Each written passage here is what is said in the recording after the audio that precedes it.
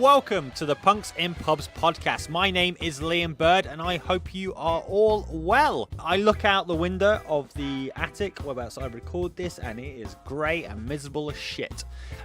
Which I'm hoping that would change because usually I know that summer is coming and it's usually quite sunny at this time because Slam Dunk Festival is only a few days away and Punks in Pubs will be there interviewing acts that are on that bill. We can't name the bands yet, but hopefully we'll get some great names who will give up their time to talk to myself and for you to listen to. But bands on the bill are NoFX, Bad Religion, The Bronx, The Menzingers, Glassjaw, and Newfound Glory, just to name a few. There's still tickets available. I think they're going for around the £50 to £60 mark, which when you see the full lineup, that's pretty decent price. So come hang out and go grab a ticket by going to slamdunkfestival.com or click the link in the bio for this episode on your phone. Right.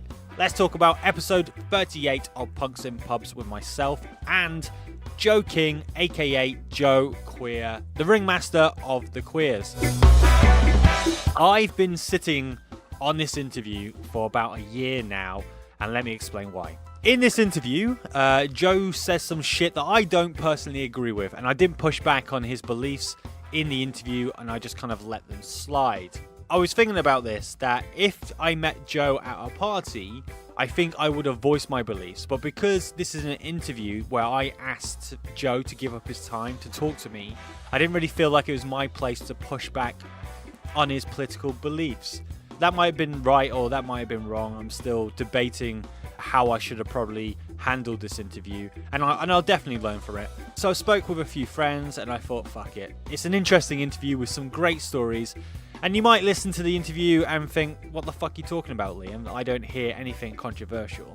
Or you might hear it and you go, actually, yeah, Liam, you probably should have pushed back. This is quite offensive. But I've decided that you should be the ones to make up that decision, not me. So now I've bigged it up. So what do we talk about? Well, as you could probably guess, we talk about politics. And I asked Joe about the comments that he made after the Ferguson shooting. If you don't know about the Ferguson shooting, it was when a black man was murdered by a cop. That's my personal beliefs. They are not the opinion of Joe. Joe believes that the cop was just doing his job. I brought it up because I was interested in how Joe dealt with the backlash that came from his comments. Anyway, like I said, it's not all controversial. We talk about Joe's old calf, Joe's Place, and his love for cooking. I asked Joe what it was like to be on Lookout Records when bands like Green Day and Rancid were on the roster. And from that conversation, we talk about the fall of Lookout Records and Joe losing contact with the bosses of Lookout, Molly Newman and Chris Appleton. On the subject of labels, Joe declares his love for his new label, Asian Man Records.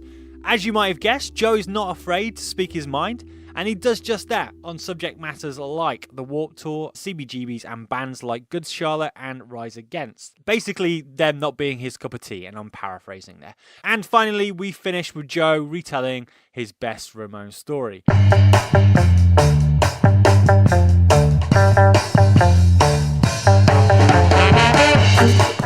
As always, your band play out the show, and this week it's a band from the Harbor, Orange County, California, and they are called 390 or 390 or 390. It's kind of like that Blink 182 kind of how do you pronounce their name. I'm going to call them 390. So stick around for that.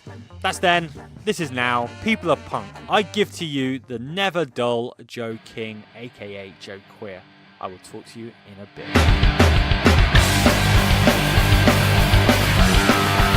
I wasn't looking for trouble, but it keep working for me. I may not have any muscles, but I can move like Bruce Lee. So when a bunch of these pussies started beating up on my friends, I left the stage and I ain't too late now. See you later, fuckface. See you later, fuckface. See you in the funny pages. Fuck you. See you later, fuckface. See you later, fuckface. We hate you.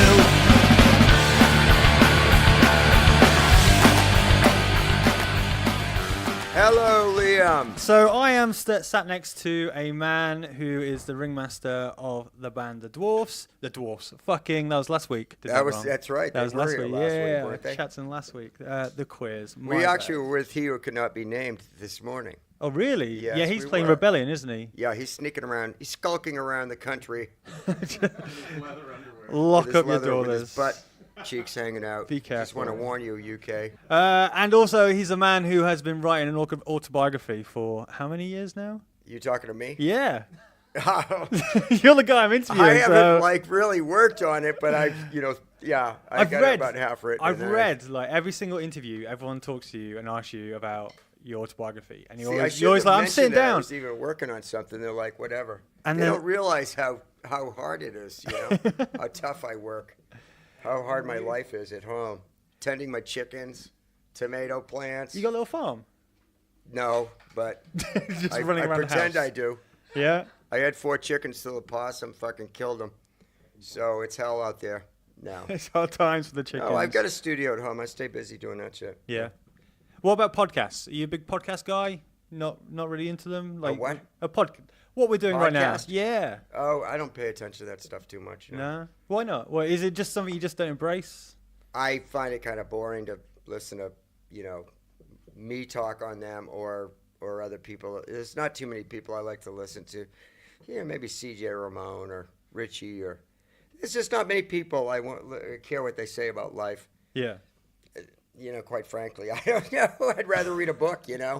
Well, I hope people listening to this aren't like turning off now and going, well, fuck this. I've got better things to do.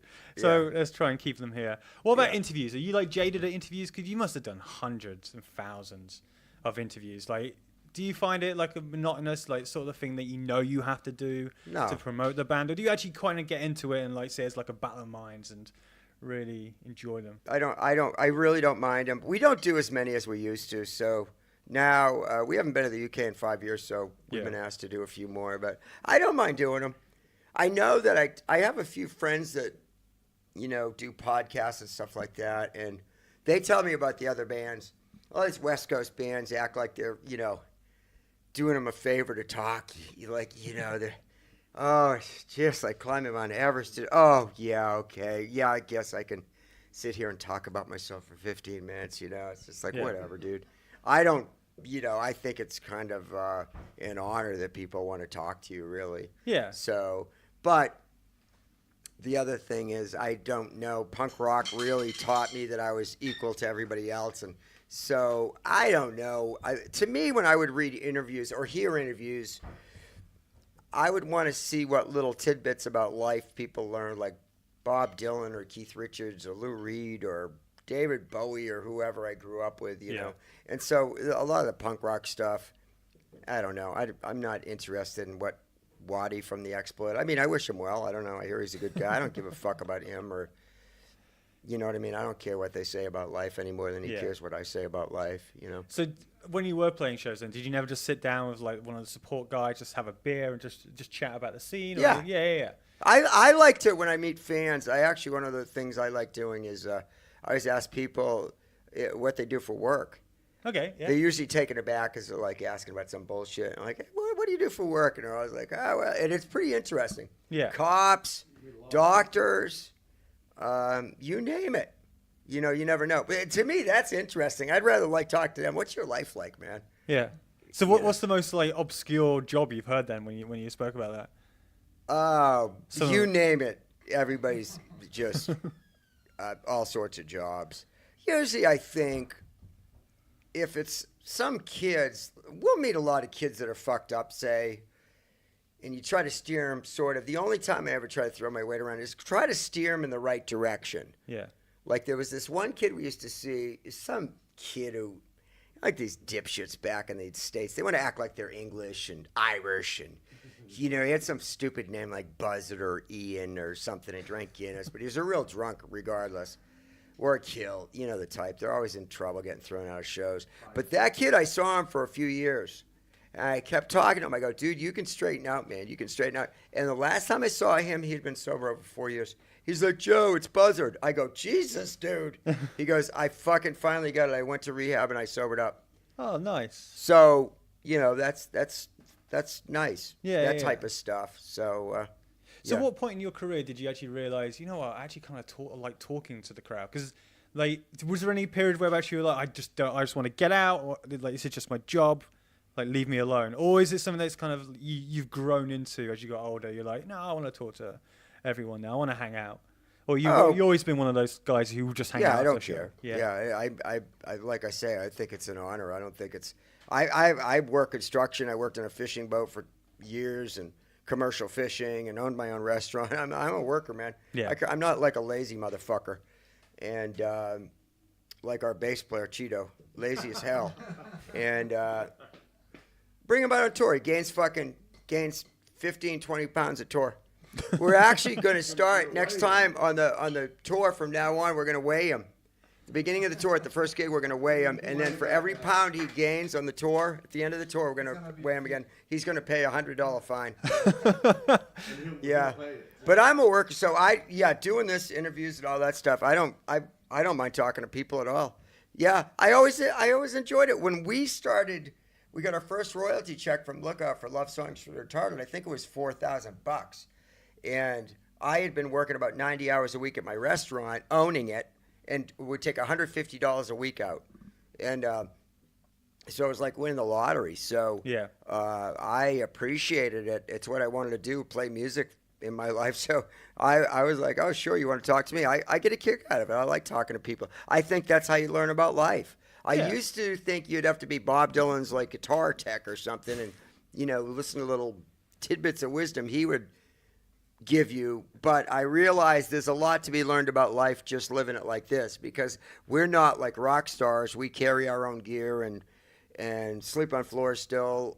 I mean, we've got it pretty cushy, admittedly. We don't sleep on too many floors anymore, but you rub elbows with the proletariat, like we went to his house and had Sunday dinner with his parents and that sort of thing, and that shit rock, Bob Dylan never fucking does. Yeah. Or certainly, they get their asses kissed everywhere. So we kind of learn a little bit about life. We're more down and just meeting people like you, and so I like it. But I think I see some of these people that play in bands. I won't name them, but they might have one or two good songs, and they act like they got the cure for cancer, and they're real important because they sold some albums to some jocks on the Warped Tour. I'm like, dude, if you're going to be a bigger asshole, I mean, we know a few people we're talking about recently, too. And I remember them 20 years ago, and they were fucking great people. And now they've had a little success, and they're fucking total dicks. Yeah. And you're like, dude, you were a nicer guy back then. So if you don't learn anything from the voyage, getting to do a job, even at our little level here, if you don't get to learn by it and become a better person, I think, by the voyage, through the bumps and bruises and trials and tribulations and slings and arrows of outrageous fortune, then you might as well go manage a Taco Bell. Is my attitude. Seriously. We see guys like that. They're assholes. Dude, 20 years ago, that guy was a great guy. Now he's a fucking prick. But it's like, oh, dude, man, you just whatever. So. And when you see like bands who are on the rise, who may have that chip on their shoulder, as like an elder statesman, do you like go up to them and give them a bit of a slap down and go, what the fuck you doing, man? Just relax, enjoy it. I don't waste your time. Say shit publicly. I don't even anymore because people just bully you and twist your words and try to pick on you. But when I get to with Ben Weasel or something, we'll take the piss out of someone, of course, like they say over here. I mean, we're like, whatever, dude. Fucking shut up. We don't care. If you're in fucking some shitty fucking band thinking you're fucking important, like Rise Against or some bullshit. You know, whatever, guys. Oh, cool. Like you got something to fucking say. Seriously. You know what I mean? Oh, yeah, I'm going to go to that shit. You know, what message do those fuckers got? Political? Yeah, right. It's the fucking, political is a shtick now. Any band that's political, it's a shtick. Well, I mean, you've recently got a lot of shit for talking your mind about what happened in Ferguson, and oh yeah, you've that was a good one. Whenever you Google your name now, that is the first thing that comes up, and you spoke about all the shit that you got. I mean, how did you deal with that? Did that end up coming to your shows? One day I got mad at that. I got sucked into this whole thing, and then I just like said I don't care anymore. I realized, number one, it's not fans of the band. Because ever since then, we've never been busy as hell. We've never been as busy. We have been busy as hell since that whole Ferguson thing started. But it's not people that are into the band. And I realized everything has swung so far to the left. I mean, I consider I'm so far to the left, I'm off the cliff. And these people are like so far off the cliff to the left, they're like right wing. They're like nuts, calling me a Nazi. I mean, we used to get attacked for being named the queers, you know, by real Nazis. And these assholes are on their little keyboards calling me a Nazi. It's like, oh, dude, go fuck yourself. We were always screaming. When Real Big Fish opened up for us at that show with the Muffs, they showed up down there at Huntington Beach. There was a bunch of skinheads causing trouble there. And everyone was like scared of them. It was a pretty big show. And I got up there. I was like, if one of you skinheads say one Nazi motherfucker, say one word, let's fucking all jump on it. You know, they skulked out. We hated that shit. Yeah. Hated it. And now it's like, oh, I'm a Nazi. I'm like, whatever, dude. I don't give. We had these alleged transgenders up in Canada. These people had never come to our show, but they were boycotting the show because they said they wouldn't feel safe. And it's like, you'd never come to a show, but because they were African American and said they're transgender, the whole media, it was all on the radio up there in Canada. It was like unbelievable. Like, who are these people? Gone. They never did a thing in their life, but because they said they're transgender, all of a sudden, the media, the radio stations, the TV stations, everyone was like all over this thing. It was a real big thing up there in Ottawa. It was ridiculous, and I blame the media. It's like in the old days, anybody, a real, you know, person who wanted to get to the bottom of the thing would say, well, have you been to the show? Well, no, we haven't been to one of their shows, so... Right. And so why don't you go to a show, and then if you don't feel safe or you get beat up, why don't you get back with us? The level of discourse in the world today. Look at how rude people talk on TV compared to when I grew up. Look at how rude movies are. Look at fucking billboards we see at fucking rest areas and shit. Right next to. I mean, and these people act like they're Puritans that are going on the Mayflower and have just landed over in the United States. It's like laughable. Like, oh yeah, you're offended by something. Who's offended? They act like it's 1948 again or something. It's bullshit. It's complete bullshit.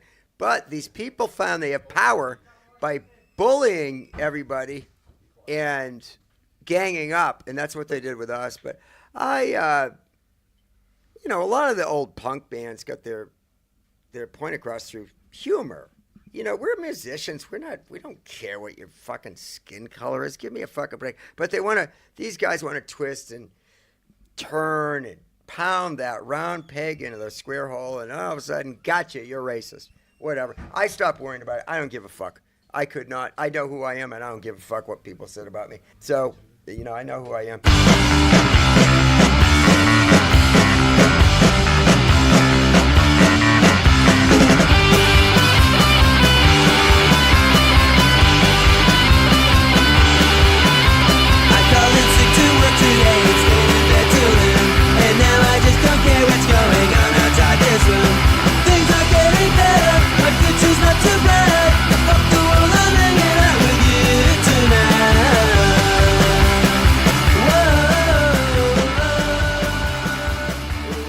Kind of a nice link with Britain. Didn't you guys put out an album, one of your first albums, from a British label? They distributed your album. I've got it down here. Our first album, Grow Up? Shaken Street Records. Yeah. Grow Up. So there was a small band, small distribution in the UK, and then they put out your album and then folded. Like, was that a quick life lesson that you learned as you was putting out your music quite early. What, the label folded, you mean? Yeah, supposing the label folded in the UK, and then you guys lost out on a lot of money because you had like. Oh, I don't know if they made any money. I don't think Pilly made much money off it. No. I think he only pressed up 500. Yeah. Okay. Yeah, because I have never seen too many. He did a few vinyl. We ended up putting it out on a Lookout, made money. Yeah. But I was a little upset with Pilly because I left my guitar with him and he never sent it back to me when I said I would pay for the shipping. So I was like kind of pissed off, and he still has it to this day. But the thing is, you kind of got to let that stuff go. The older you get, the hatred, you can't keep it inside. Even though you're wrong, you just got to let it go and go, you know what, I can't let that run my day. Fuck it. So it sucks, but yeah, it is a life lesson. I was surprised more people I considered friends have ripped me off money-wise, ripped us off. So it's kind of disheartening. It sucks when they rip you off and then they turn around and say you're an asshole to boot. But, you know, what are you going to do? Before your music life, you kind of spoke about actually you used to own a cafe. Was it called Joe's Place? Is that what it's called? That's right. If someone did walk into Joe's Place, what would be the thing that you would go, hey, get this? It's fucking amazing.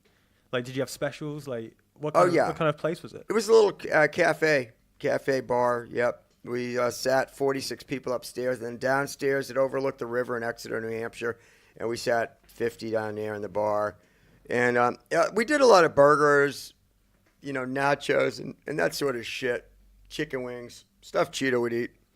Because it was a bar thing. We had a blues bar. And then upstairs, I did a lot of grilled seafood, and I did a pretty nice menu, Italian food and stuff, but it was mainly a lot of bar food because we had the bar. So, I mean, it was all honest stuff. One of the biggest things we had there, I would cook roast turkey from scratch. I would take raw turkey breast, and then I would parboil it for about 3 hours, and I would cook it in the oven like at 250 for 3 hours. It was really tender. And people would just beat down my door to come in year-round, and they could get a good turkey club sandwich, and they loved it. They loved it. Or the corned beef sandwich like Ruben's, like he's had. I cook at my house now. I'll make it for him. Yeah, from scratch. You cook the corned beef for about 8 hours. I worked in a deli in New York, so I learned that shit, how to cook it. But anyway, that type of stuff, cut the French fries, everything was done from hand, real burgers, and so people like that sort of thing. Do you still go in the kitchen? Do you still enjoy it? Yeah, I like cooking, but I don't, you know, I haven't. I was going to open a restaurant up again. I don't know. I don't think I will. No. So we got in there at Joe's Place, and the problem was the bar made a lot of money, but I like cooking, but I didn't like running the bar. So I was in there on a Saturday, and anyway, there was a brawl downstairs right when the Saturday night dinner rush had started. It was during the summer, too. And I ran downstairs with like a rolling pin or a frying pan. And Sean, the bartender, was downstairs, and he was fighting these guys. And I jumped in there, and a gun fell out of the guy's, a revolver, 38 snubby, fell out of the guy's pocket on the floor. He didn't shoot it or anything. But at that moment, I said, oh, fuck this. At that moment, I was just like, I'm done with this. I don't want anything to do with it. Yeah. Then we got signed. Larry Livermore called us from Lookout, and we got signed. And we did one tour. No, we toured with Screeching Weasel, then with Rancid. And then I said to my dad, Dad, I think I want to play music. So, you know, we got a royalty check for $4,200 or something. I go, fuck. I didn't make that on into the restaurant for a year. Yeah. You know, it was an education, though, and I enjoyed it. I like cooking. So, you know, it was fun. It was an education. So from that time working within the service industry, do you now, whenever you do go to a restaurant and stuff like that, do you, like, look after the waitress or the waiter? Are you like, not shitty like some people can be? Oh, yeah, no, oftentimes they'll hear me. I'll say, I owned a restaurant for 5 years, man. I'm on your side. So we always leave a good tip. So I just said that to the lady, this girl this morning. She asked me, she's like, oh, how was your hollandaise sauce? I had Eggs Benedict at this place we stayed. These guys were sleeping. And that's what I'm doing when you're fucking sitting there in bed, Cheeto. Eggs Benedict, Cheeto sleeping. So she said, oh, how's the hollandaise sauce? It was okay. Yeah. I said, I owned a restaurant. It was quite good. It kind of sucked, but anyway, I was like, whatever. Did she let the sauce split? I could tell it was made out of a can. No, I was all, oh, no, dude. I would serve asparagus with béarnaise sauce or whatever on dinner. I was the real deal. I would do a brunch and stuff. I was, I would never, none of that shit out of a can, no way.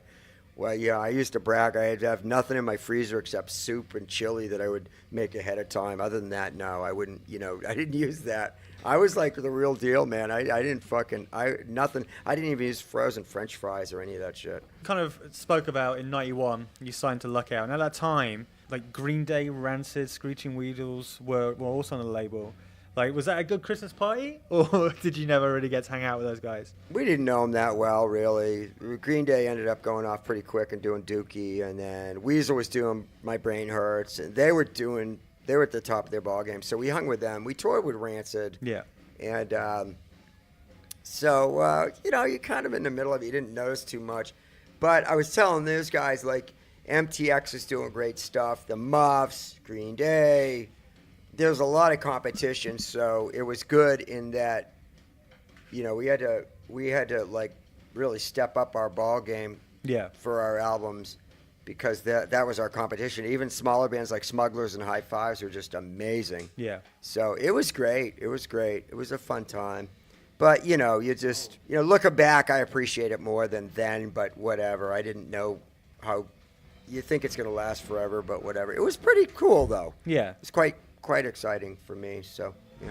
So what did you do to try and make yourself stand out from those guys then? Was there any, like, your stage presence? Like, no, we were lame on stage. Me, Hugh, and B-Face were horrible for the most part. We needed more experience. We got big, and it was kind of like the George Burns thing. Like, we did one album, Love Songs, and then we didn't really have much for the second album. And it's like, like the old George Burns thing. It's like, by the time we realized we had no talent, we were already famous. So, we were successful, and we're like, oh, fuck, dude. So we did Love Songs for the Retarded was quite good. And then Move Back Home album. and Beat Off sucked. And then Don't Back Down was pretty good. And Punk Rock Confidential. After that, we kind of hit our stride. But I had new guys. And we need a lot of more experience. People look back with nostalgia at that lineup, but we really, if you look on YouTube, we weren't very good at all.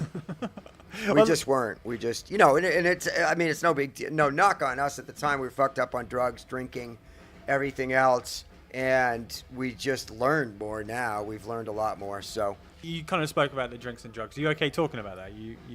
I don't care. Okay, so like '93, you gave up.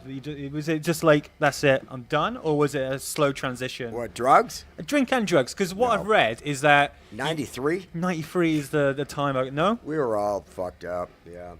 So what was the point where you went too far and you're like, right, that's it, we're done? Oh, when I got sent off to rehab by my family. Yeah. Oh, Lookout sent us off, yeah. I went to a couple of rehabs, yeah. But it was just a pain in the ass, but I didn't know. We were just having fun. Like, we started out rehearsing at my restaurant was closed on Sunday, so we'd rehearse in the bar there and drink there, and then we went and we started making money, and we would tour around, and then every night of the week we would get a good crowd. When I say a good crowd, some places were 75 people. But anyway, we'd always find people to party with all week. So that was a dream come true. So we were now drinking all the time, then hungover, and then it'd be 200 people on a Tuesday in Mankato, Minnesota. And you're like, fuck, I'm so hungover. So we'd have to find some Coke. And then the next day, we drink too much because of the Coke. And then we're like so hungover, we'd have to get some Percocets. And then we got into heroin. And it was a mess. It's a real mess. Whatever. It was an education, I'll tell you. But it sucked. It was just a waste of time. Booze and drugs never made anything better. I don't miss it. Never made anything better at all. We never played better because of the booze or the drugs. My brother happened to be a heroin addict as well. Yeah. And I always believed that heroin is probably, he's better now, but we always joked about it being like the devil's drug. Yeah. In the fact that it can just ruin lives. Yeah. Was there any point where actually you were going to just give up the band and just like, because your addiction was so much that you just couldn't deal with it, you had to kind of withdraw and... No. See, our runs would only go so long because everybody would take our money. Lookout wouldn't give us our royalties. And then so our runs would only go for about 6 or 9 months. I only had a couple of good runs, about maybe a year was the longest, 9 months. I didn't go for years like a lot of these guys. I never used needles, and I never fucking went longer than like maybe 9 months, 10 months. We wouldn't have money. We'd run out of money. So nobody would give us any money, so we were broke. Everything was in the pawn shop a couple of times, and then no, I wanted to keep playing music. When I would sober up, I was really inspired to play. Yeah. So yeah, it wasn't even a consideration. Yeah, I never thought of it. Yeah. So when Lookout kind of went belly up, you end up buying back your tapes. They just gave us. They gave it to you, so it wasn't like a struggle or anything like that. They owed us some money, and so I just said, Chris, just give us the rights to the thing, and he signed us something, so we just took them. Were you upset when it did kind of fizzle out because they had a good it was base? too bad, but yeah. they kind of blew it, and they wanted to go in a different direction. Yeah, it was too bad. I mean, Molly tried. Larry did his book, How to Ruin a Label. It's kind of shitty. I mean, Molly got blamed for a lot of shit, and she did make some mistakes, but she didn't maliciously set out to fucking hurt the label or destroy the label. It was just, the way it went. I didn't agree with it, but I knew she thought she was doing the right thing, so it sucked. But I know Larry told me we were pretty privy to a lot of the stuff behind the scenes. Larry said when he left there, they had the Green Day album, they had the Screeching Weasel albums, us, MCX. They had quite a vibrant label, and they had $2 million cash. And from that, they blew it. But I feel worse. I'm sure they feel worse about it than I do. Yeah. They did that, and it sucked. It was a great label. But, whatever. I don't know. I kind of feel bad for him. But I wish Molly had a kid, I think, recently. And Chris, I don't keep in touch. That's what I miss the most, like the friendships. I don't keep up with them that much. And we're all a tight little family for a while. Is that your choice, though, that you just don't want to, or you're just too busy? They've kind of moved on. I mean, I think we all have. It's not deliberate. If I called Chris right now, we talk for half an hour. It's just everybody's moved on and done stuff. I think they're doing good, though. I think Molly got married. Her and Chris broke up, and she just had a kid. I think she's back in D.C. We touched bases briefly last year on Facebook. I think they're all doing good. Larry, Chris, Pat, his wife Erica died, but I haven't seen Pat lately. So everybody's kind of drifted off. But it was a tight little family for a while. We loved it. We really loved it. Yeah, it was fun. Leather jacket, stupid boyfriends, worried workers, life is just a ball. High top trucks and bubble gum, and oh my gosh, I'd love them all. There's a glue, their styles never crimped. Too much of everything and everyone is amped. Well, don't get hot and bothered, listen, I know I got problems. I know just what this goofy world needs. Yummy, yummy punk rock girls. Yummy, yummy punk rock girls. Yummy, yummy punk rock girls. Yummy, yummy punk rock girls. I wish they all were punk rock girls. The smartest are the smartest, and the sweetest are the sweetest, they're the most. Me and Dr. Frank have both decided that we love them more than toast. I wish they'd let me share their bubble gum and let me hang with them, and life would be so fun. I should be sedated cause my heart is all inflated. I guess I gotta get me one or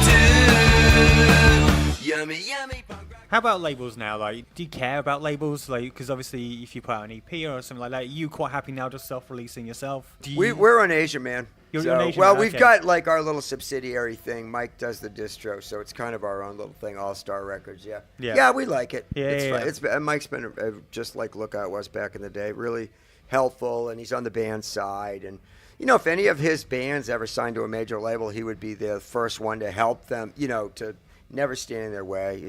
That's how Larry Livermore was too. Yeah. Really good. Yep. So, but it's quite different than it was back in the 90s, you know, labels and all that stuff. Bands ask me, young kids, like, oh, what advice would you give? But it was a different playing field back then. There weren't a million bands. It was kind of a newer thing. You couldn't make money at punk rock, and then all of a sudden Green Day came, and they were making money, and then you got all these bands. Offspring got big, and even Nirvana sort of was like off in the punk side of the street. So then it became like a thing where you could make money, and that kind of Warped Tour, and the it was just a little I don't know. It changed after that. It became about the money a little bit. So yeah, bands like Good Charlotte that don't even write their songs, and they started appearing and like, fuck, who are these guys?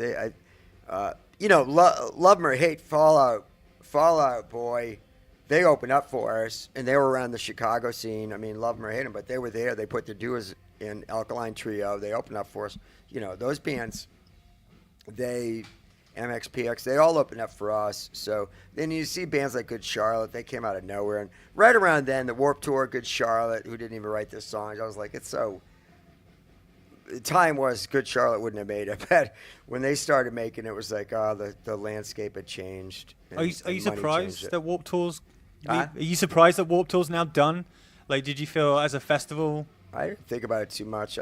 We got invited a lot back in the day, but we never went. I never wanted to go. To me, it was everything that I was still a guy who grew up on Green Day, on the DKs and Black Flag, and so I didn't want to do that. It was like rock star shit. Yeah. Like everybody was acting like rock stars, and they wanted green M&Ms backstage, and like we did the New Year's Eve show at San Diego Sports Arena. We did it twice. They used to do it every year. And so Face to Face was the headlining band one year. I mean, I wasn't really a fan, but whatever. So we were there, and Sick of It All was there. A bunch of good bands. It was kind of fun. So I just went to go backstage to go say hi to him because I'd never met him. The bass player in that band, his brother would write to me, and we became pen pals. This is before email and shit. And I couldn't get backstage. And he had to have a purple fucking wristband or something. And I go, Face to Face? Come on. I mean, really? It was just like, because a lot of these people, I think, they get success at music and they want to act like babies. They want to act like fucking complete assholes. Oh, you don't have the purple. No, you're not fucking part of the group. Punk rock was about accepting everybody. Now, all of a sudden, the Warped Tour is like some rock star thing, like everybody acting like rock stars. Before, in the early days of punk, people would act. They were goofing on themselves. Circle Jerks, Dead Kennedys, Black Flag, Flipper, Ramones. They were goofing on themselves. And then all of a sudden, these people weren't getting the joke anymore, and they were becoming the caricatures. They were becoming the heavy metal singers in the punk world. It's, you know what I'm saying? It's just they were missing the joke all of a sudden. And it started selling, and so it changed. But anyway, we never did Warped Tour because I was like, well, I'm not going to do that rock star shit. I remember when I grew up, you couldn't go to see shows like this. It was all like Boston Garden and shit. You could never talk to the fucking band. Fuck no. So when I would go to the Rat, CBGBs, we went to a few times. It was really exciting to see the band right there, and then you would go talk to, Stiff Baders or someone like that. I didn't talk to him, but Cheetah or whoever. They were right there. There was no separation. That was the cool thing with punk rock. Fuck, you were right there. It was the whole immediacy of it. I loved it. So the Warped Tour was like turning back into rock star stuff, and I was like, no, fuck that. I'm not going to go play that fucking bullshit. We're doing fine on our own anyway. I don't care. Same thing, we would get asked to go out with Social Distortion. Our booking agent at the time was like, you got to go. Oh, my God, they want you. They're big, blah, blah, blah, blah, blah. I go, can you really see us singing Ursula Finally Has Tits to that fucking bunch of morons? I was like, I didn't like their crowd anyway. I like Social D, but I didn't like their crowd. And I would feel like a whore going to open up for them. Because we were doing good on our own anyway. I'm like, I don't care. Fucking what, I feel like a jerk doing this. Oh, hey, we're in the, it's like fucking. I knew a lot of bands, I won't mention their names, that would walk through shit up to their necks for a mile to sell another CD to a jock on the Warped Tour. I've known a lot of people like that. Now they might outdraw us, but you know what? I never had to fucking whore my ass going out to open up for Social D or these bands. Not that I think we're better, but you know what I'm saying? Yeah. It's like we just won't appeal to that crowd. I don't care for that crowd. It's not what I want to be. I don't care. I don't want to attract that type of a crowd. So, You mentioned CBGBs. It's recently come back in the news because some, I don't know, a convenience store or something's done the front of CBGBs. And you recorded an album there. I mean, is it like looking back with tinted glasses, was it really that good of a venue? I never was there, so... No, it was a dump. Yeah? Yeah. Just a shithole. Yeah, it's a dump. Plus, what nobody fucking says is that they were ripoffs. They were legendary for not signing the contracts. So you'd get in there. One time we got in there, we sold the place out, and they gave us $700. And I went up to the fat guy at the fucking door, whatever his asshole fucking name was. And I go, dude, come on. What the fuck, man? And then all of a sudden, some other big mafioso type guy came up and stood behind him and said, hey, Joe, lay off or something like that. And I go, what, are you going to beat me up? You know, and they're like, oh, CBGBs. That's true. We would have to get Todd from Maxwell's to book the shows because I don't know how he did it, but he would get our money for us, or most of it. So I don't have any, I was like, oh, come on. CBGB's was like about as exciting as this, area here. Yeah. I mean, it's a clothing line. It's not like a great club. That's the thing, though. It used to be like this legendary punk venue, but now it is just a T-shirt. Avril Lavigne's wearing the Ramon shirt. They're a clothing line. But anyway, it was exciting, and tons of great stuff happened there, and I was glad I went and glad we played. But the long and short of it was they fucking, weren't good to the bands. Yeah. So nobody ever says that. I was like, oh, fuck. And I talk around, and they're like, oh, yeah, they won't sign the contract. And they said that to me.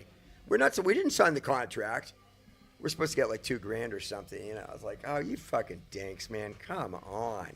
I mean, seriously, how unpunk can you be? Though Joey Ramone told me they did all that fucking thing with Hilly, closing, and they made so much money off that closing.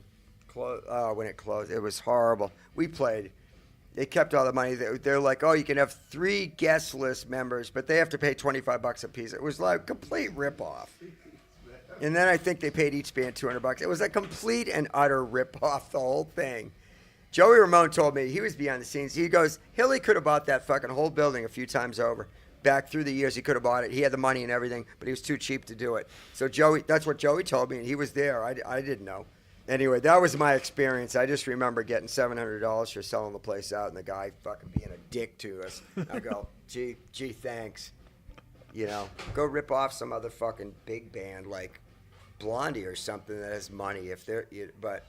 So that was my experience with it, which kind of sucked. It was disheartening for me. Yeah. I mean, CBGB's, fuck. I remember going there a few times and like, shit, man, CBGB's, wow, so.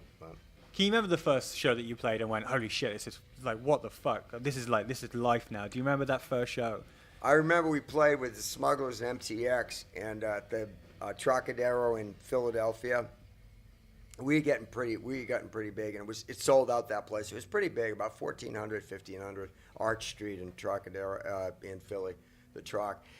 And they played Smugglers and MTX, and they were great. And we walked on stage, and the lights went down, and the whole place cheered crazy. And I turned around behind me and said, who the fuck are they cheering for? I know it probably sounds like bullshit. I was stunned that I did no idea they were cheering for us. I fucking turned around thinking Joey Ramone had walked in. I just didn't know. I was like, what the fuck? And then we're like, for a split second, we had no idea. Yeah, it's God's honest truth. They say that's how the Beatles felt. They got off the plane. They had no idea at JFK. I think it was called Idlewild or something back then. And they didn't know. And all these people were waiting for them when they got off. And they didn't know. They were stunned for a second. That's how I felt. I'm not kidding you. I had no idea. The lights went down. The whole place cheered as if one person. I couldn't believe it. I'll never forget that. Couldn't believe they were cheering us. And was it a good show? We sucked. Compared to now, we sucked. Because, at that point, I remember going out there, I wanted to say, we're just kidding. Yeah.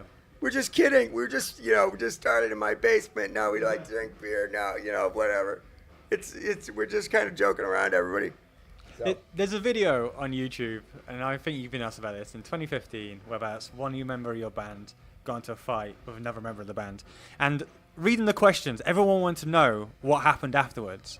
So, it was in San Diego. With Dave, yeah. So what happened afterwards? Nothing. No. He showed up, and so we were doing the shows, but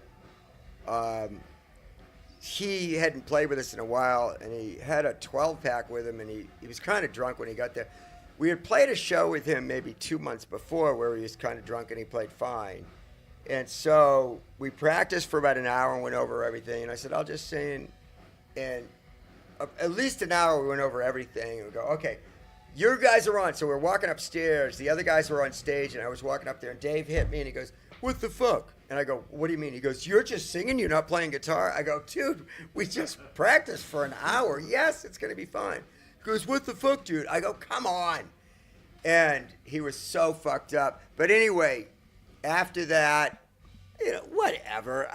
Nothing happened. Yeah. He apologized the next day. I was like, oh, dude, I'm sorry. I fucked up. Everybody will fuck up. Who cares? Like, our friend got drunk. It has so happened it happened at a big show in front of 800 people. But big deal. I don't care. Well, he's got like It didn't affect my 100,000 friendship. views. I mean, I It's told him crazy. to come back and play and make up for that because that's the last time he ever played with the Queers. But it was like whatever. Yeah, I didn't care. Yeah. We didn't. Yeah, certainly, it was no big deal. As far as we were just like whatever. That's happened a million times. I don't care. People like, oh, you acted so professional. I go, you think this hasn't happened to us fucking 50 times? I don't give a fuck. Someone gets drunk and fights. Who cares? When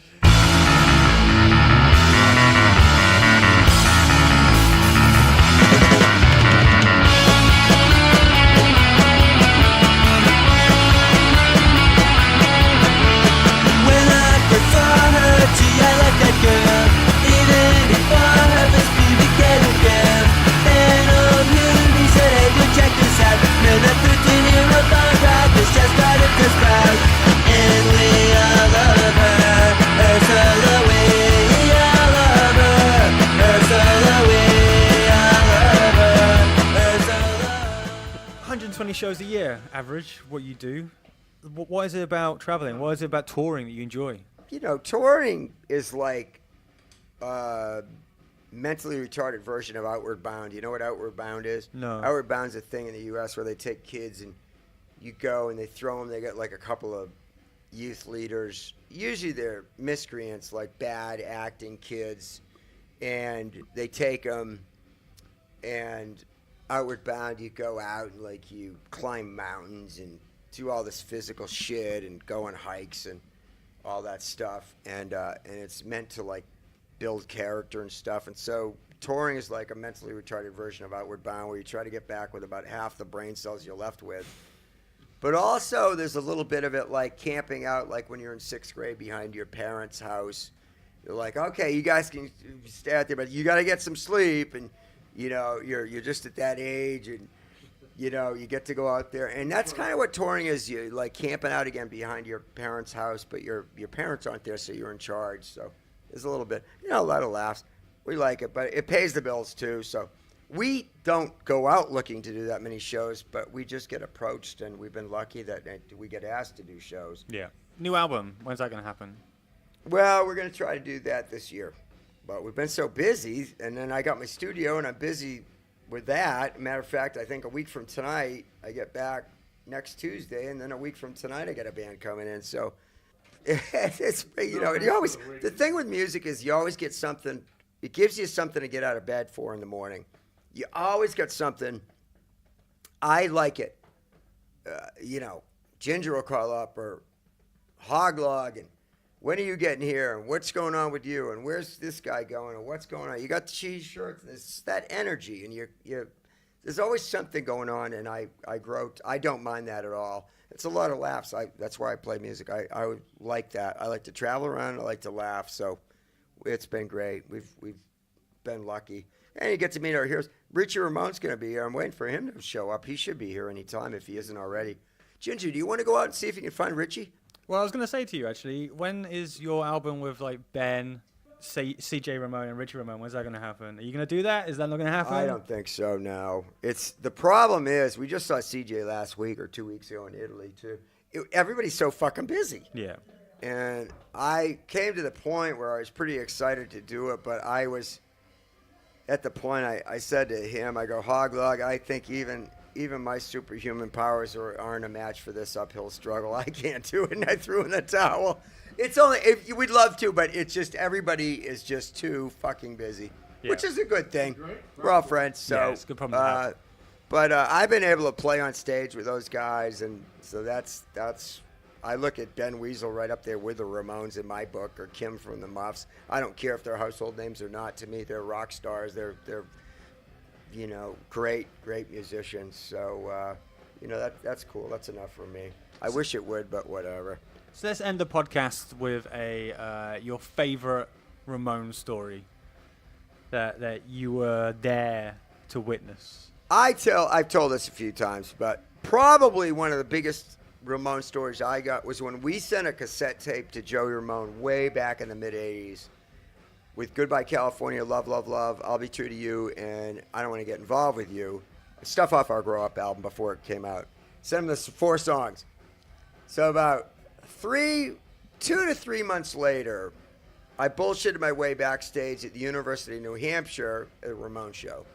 And I went in there, and I wasn't on the guest list, but I bullshitted my way back there. And I said, Joey, it's Joe from the Queers. And I had said I was Richard Hell's cousin.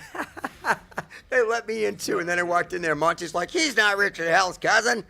And then I said, Joey, it's Joe from the Queers. And he's like, oh, Monty, it's cool. So when I said I was from the Queers, Joe from the Queers, like, Joey, we had met, of course, and I had his address. But, he didn't know who I was to look at. But anyway, he immediately turned around and he goes, I got to tell you, I love, love, love, love, and Goodbye California off that cassette tape you sent me. They're great songs, and the vocal phrasing on California is great. And, it meant so much to me because he knew the song titles. I didn't say, what'd you think of Goodbye California? No, none of that. He immediately turned around and said, I love, love, love, love, and Goodbye California. I'd like to cover Love, Love, Love. And we talked to a lawyer, but that never happened. But anyway, it meant so much to me that he knew those songs. Yeah. And it was the first time I was like, fuck, maybe I can play music for a living. But then the other time I was talking to him on the phone years later, and then he asked me, he said, hey, would you work on songs with me for my solo album? And even though me and Ben Weasel finished one of his ideas, it was like, he didn't use it. But anyway, it was just nice to be asked, I got invited to the prom finally, I was like, damn, man, it really meant a lot to me. Yeah, I'm sure it would. Yeah. So anyway, that was one of the big. I'll never forget that, dude. Well, I think we should end it with that because I've taken up a lot of your time. Is the Attack playing yet? They're on. They're almost done. Yeah. Fuck. I gotta. I've got to watch these guys play one. Go song for it. at least. Well, thank you. Yeah, good to meet you. Cheers, man. This place sucks! This place sucks! This place sucks! This place sucks!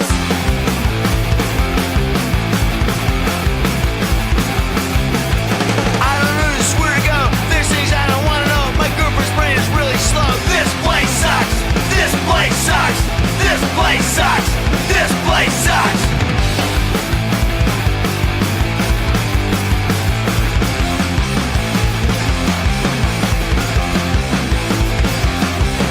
There's only so much I give. My brain's getting like as if there's really nowhere else to live. This place sucks! This place sucks! This place sucks! This place sucks! Even though Joe was trying to fuck off at the end, it was a great interview. Like I said, they're Joe's views. I didn't want to censor them. I wanted you to decide and not me to try and withdraw what Joe was talking about. Anyway, so I really do thank Joe for giving up his time to talk to me. So let's wrap this up. Buy a t-shirt, support the pod, tell your friends about the podcast, please, and spread the word. Go rate and review on iTunes, and as always, don't be a cunt. Playing at the show is a band called 390, coming at you from Orange County. Right, I'm out of here. If you're going to a punk show and you see someone fall down, you pick them right back up again. If you're going to Slam Dunk Festival, I will see you there. Otherwise, I'll talk to you next time. Bye-bye.